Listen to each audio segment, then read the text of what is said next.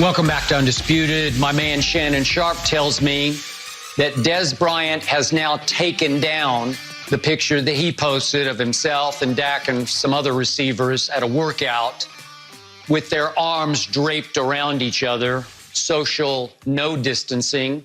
Shannon and I criticized the picture earlier in the show, and maybe Dez was watching Undisputed as he often has in the past.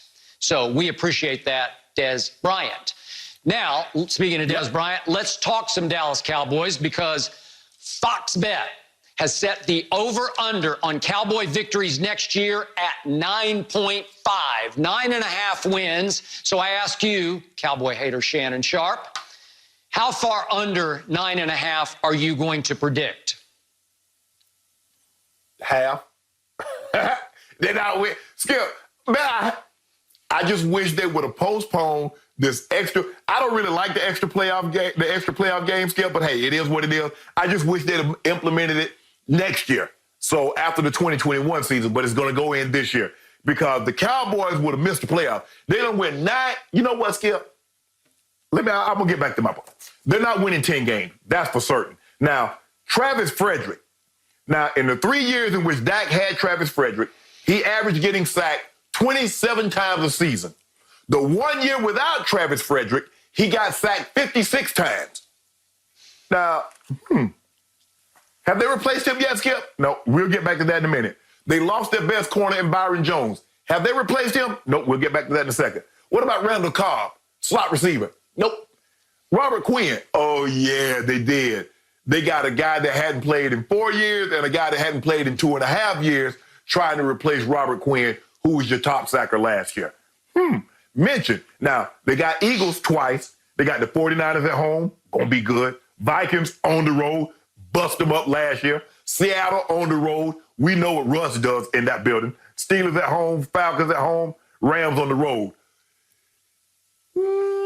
You're not making the playoffs, Skip. 8-8 won't do it. Even with the extra playoff spot, and this is why it's going to hurt you so much.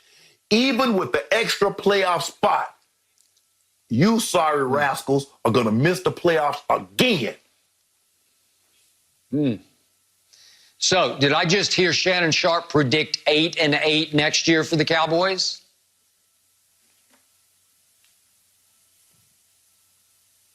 8-8. 8-8?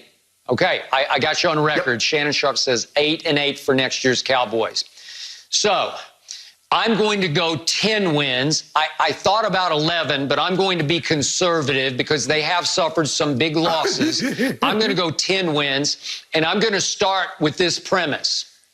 I still believe that my team is good enough within the NFC East to beat the Giants twice and the Redskins twice and the Eagles in Dallas or at Jerry World.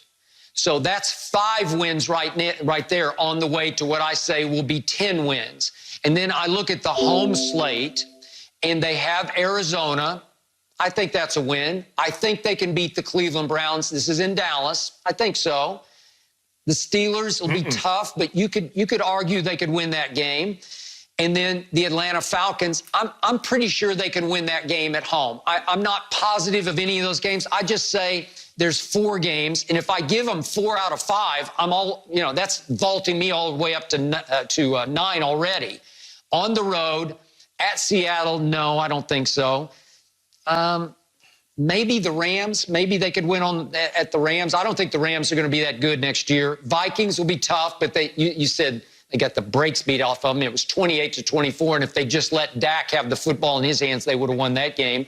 They do get to play at Cincinnati. So there's one road win. When I say they can win at Cincinnati for sure, and the other road games at Baltimore, that's hard. But if I just give them the 4 home games, non-division, yeah. Okay. No, I'm saying you going to beat Baltimore? You giving them that win at Baltimore? Non-division home games. No, no, I said no. And I'll just say, what if they just win 1 road non-division game? 1, and that would be at Cincinnati. I still think they could beat the Rams at the Rams, get even for that playoff game 2 years ago out here in L.A. at the Coliseum. Now it's going to be in SoFi. Okay, even if they just beat Cincinnati, that would get them, by my count, to 10 wins. and you would be in trouble again and have to eat a lot of crow. But I still say, as I told you earlier in the show, they have made the defense better, because when you go Gerald McCoy and Dontari Poe and maybe Aldon Smith / Randy Gregory in place of Robert Quinn, but then you add in the secondary Clinton Dix, who's a much better cover safety than Jeff Heath ever thought about being. Then you get Leighton Vander Esch Wolfhunter, you get him back, and all of a sudden I say, okay, the defense is a little better than it was last year. It's a little stouter against the run. It's a little more experienced. It's a little more savvy. And DeMarcus Lawrence has to have a better year than he had last year when he did not live up to his $100 million.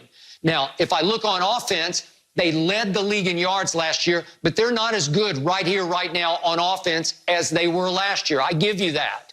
But still, can Zeke play at a higher level than he did last year? I would hope so, because he didn't live up to his $90 million contract. And can Amari at least give me 1 or 2 road games, maybe at Cincinnati?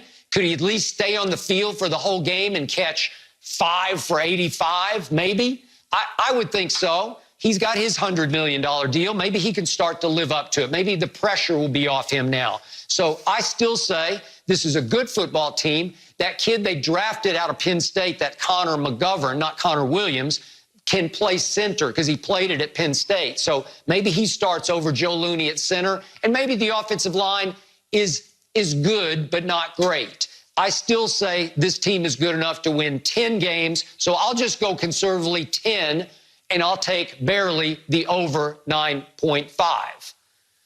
See, the problem is, Skip, is that you guys never win any games that you shouldn't win. So the likelihood of you going somewhere where, like, oh, it's a tough game and you shouldn't win that, and you win it, you always lose the game you're supposed to lose. But what has transpired with Dallas over the last couple of years, you always lose a game that you should win, a la the Jets, a la the Eagles when they're down, a la the Saints when they don't have Drew Brees. You guys always lose games that you probably should win, and you never win games you probably shouldn't. Well, let me throw this back at you and kick you right in the stomach with this one. One big reason that we blew some games we should have won last year was the kicker. The kicker, Brett the Fret Maher, by any metric, by any standard, was the worst kicker in pro football last year, and he's gone. And they were going to replace him with Kai Forbath, as they did at the end of the year last year, and he was not bad, but all of a sudden, Greg the Leg became available.